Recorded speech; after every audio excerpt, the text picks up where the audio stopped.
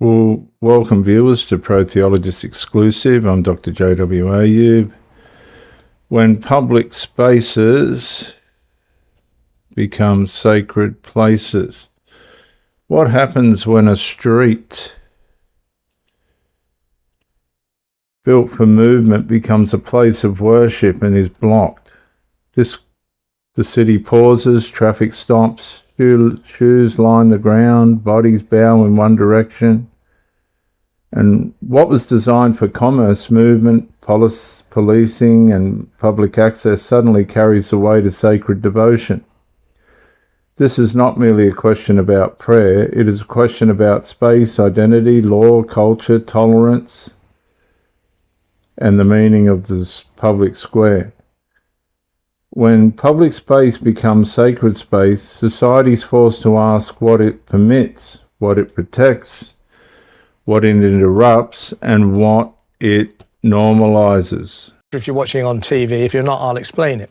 Basically, it's a group of Muslims laying down their prayer mat. There they are, laying down their prayer mats and crouching down, praying to Allah. That, folks, is the Ministry of Defence.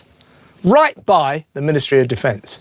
Now, just off camera there are apparently memorials to Iraq and Afghanistan. So you could argue that they were paying homage to those great countries. But I don't think so. This is the Ministry of Defence. They don't need to pray there. Nick Timothy, he calls this a deliberate political act of domination.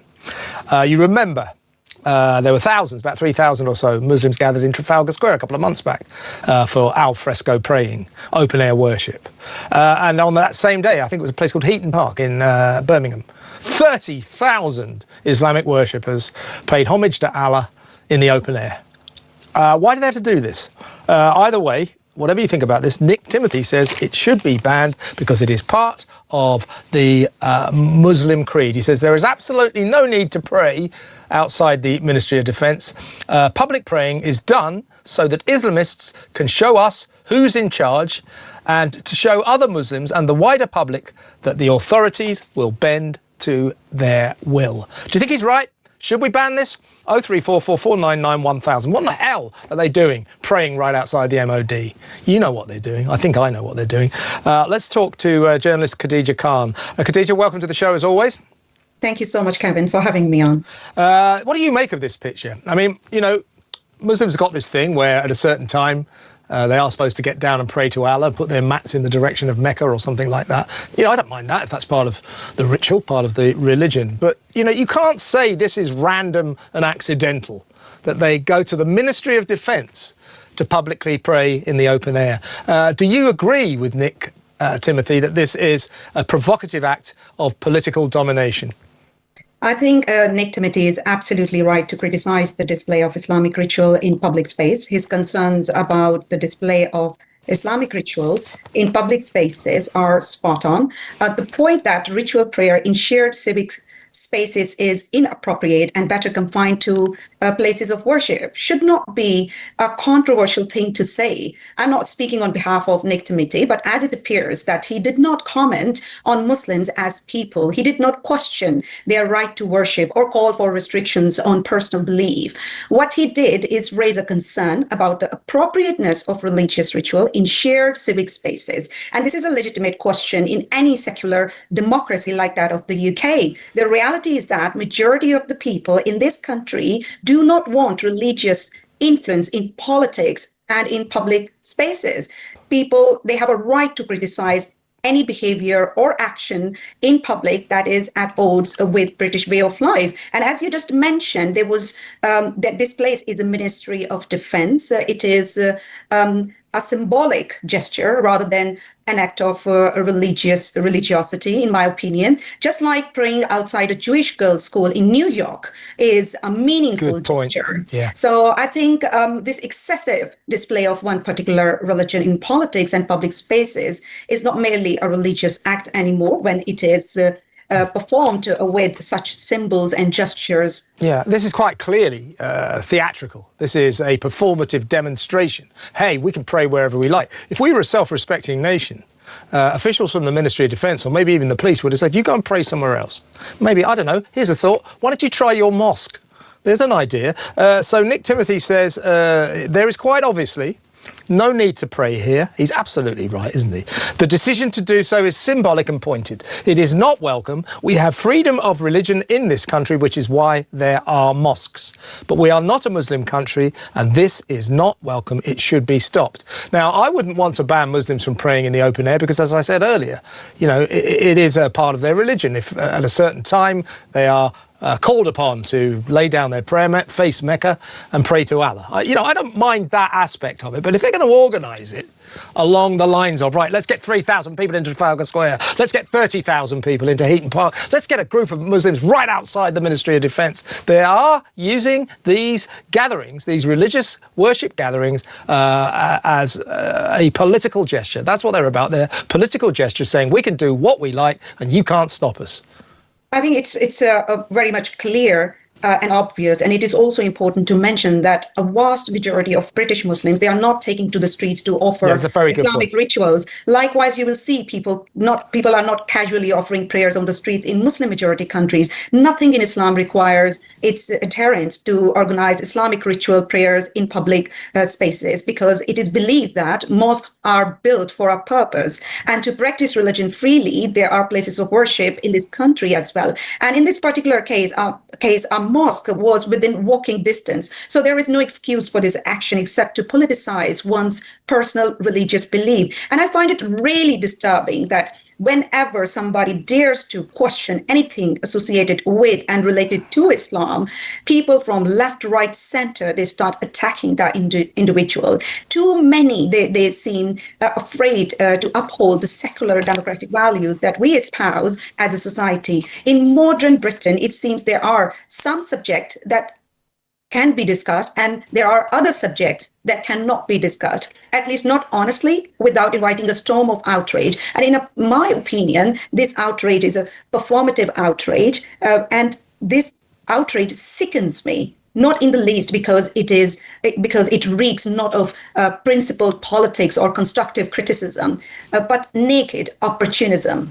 Yeah. Now, you made a very good point there, Khadija, and we got to stress that. The vast majority of Muslims, pray in the normal way. They don't go to particular sites to make political points. I would suggest, I don't know these people, but I would suggest they're probably Islamist extremists who want to show their superiority over the Ministry of Defence. One last question to you. You grew up, you're a disaffected Muslim, as it were. You grew up in a strict Muslim household in Pakistan. Is it, in your experience, part of the Muslim ethos that this religion, or at least the extremists in it, want to turn it into the dominant political and religious force in the entire world, that they want to dominate states? I think it's very obvious if you look at Pakistani society, where religious zealots, they try to assert the superiority of their understanding of their religion onto the wider society by organizing in a like mass gathering, whether it is about offering prayer or having religious processions. They do it there on a daily basis, you can say, and people are intimidated when they see these kind of gatherings around them, even in a country like Pakistan. And if we talk about the UK, I see this is not an isolated incident. First of all, we have to understand this. There are individual Muslim politicians who are advocating for Islamic blasphemy laws through the back door and promoting the term Islamophobia, which is largely used to smear dissent and ring-fence Islam. Then there are Ramadan celebrations that last for 30 consecutive days, during which the Mayor of London organizes a massive iftar event on Trafalgar Square. And at this event, the Shahada was pronounced, which effectively negates and falsifies other religions. Furthermore, women were pushed to the back row, demonstrating a blatant manifestation of religious misogyny. And this situation, in my opinion, has likely emboldened individuals to openly now offer prayer in public spaces and asserting their presence. And I would even go further to say that this kind of excessive display of religiosity has even emboldened certain section of Muslim communities to operate according to their own cultural and religious norms, often at the expense of established laws, fundamental human rights, and essential values. There's something absolutely not right here, Khadija. I've got to move on, but it's very good to have you on the... So you just saw that the Muslims are coming out of the mosques and into the streets for whatever reason they might legitimize that as. From there, the focus has to shift to deeper questions. Public space is not empty space. What message are they sending? What covert message are they sending? It belongs to everyone, but it is also governed by rules, expectations, and shared civic meaning. The psychological layer is public reaction. Some people see devotion, others see disruption, some see multicultural freedom, others see a warning that shared civic space is being redefined without public consent, others see a message that Islam wants to take over. The cultural layer examines what happens when private religious conviction becomes publicly organised visibly. And the issue is not whether people may pray, the issue is what changes when prayer occupies streets, roads and squares and civic arteries. The legal layer asks whether equal access remains equal when one group's sacred act temporarily overrides the ordinary function of public space. The theological layer recognises that worship is never neutral. Worship declares allegiance, direction, submission, and ultimate authority. So the social consequence is tension. If public space can become sacred space for one faith, society must decide whether that principle applies equally, consistently and peacefully to all. And when public space became sacred space, the street did not merely stop moving, it started asking questions. Who governs public space? Who defines its purpose? Who decides when devotion may interrupt ordinary civic life? And a mature society must protect religious liberty without surrendering civic charity, because once the public square becomes sacred ground, the question is no longer only who is praying. The question becomes what kind of society is being formed around this prayer. And I think for Muslims it's the message that we want to take over.